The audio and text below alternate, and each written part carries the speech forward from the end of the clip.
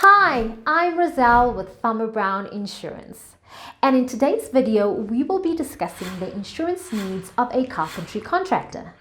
Now, carpentry insurance, just like any other type of contractor's insurance, depends a lot on the individual operations of the business.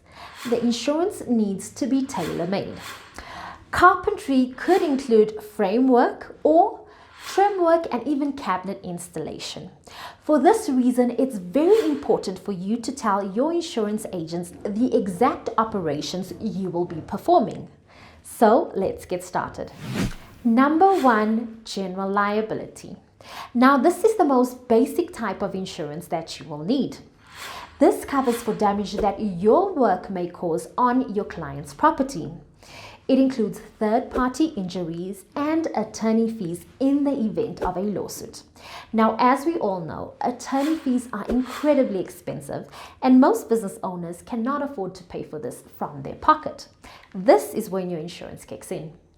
We recommend you getting a policy with $1 million in coverage and with a $2 million aggregate. We suggest you don't get anything lower. You can also add an endorsement onto your general liability to cover your materials. It's sometimes referred to as an installation floater, material coverage, or even contractor's equipment coverage. This endorsement will cover your materials such as lumber.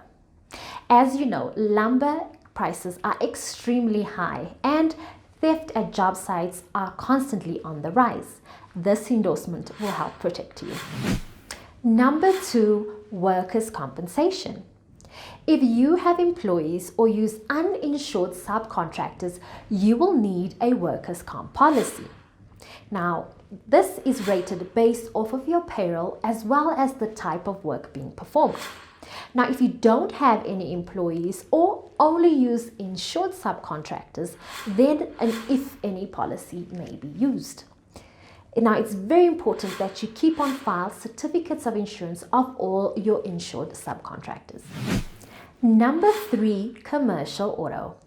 If you use your vehicle to carry tools and equipment to your job site, you will need a commercial auto policy. Your personal auto policy can exclude business use. And the price is not much more than what you would pay for your personal policy, but it has much higher coverage levels. These are the 3 main types of insurance policy that you will need. As we mentioned in the beginning of the video, each business is unique. If you are doing more framing work or include other operations such as roofing or drywall, your insurance policy needs to reflect this. Now, if you are a framing contractor, you can expect to pay around $2,500 per year on your general liability. This is a starting cost. A carpenter doing more simple finish work or cabinet installation can expect to pay much less on the insurance policy.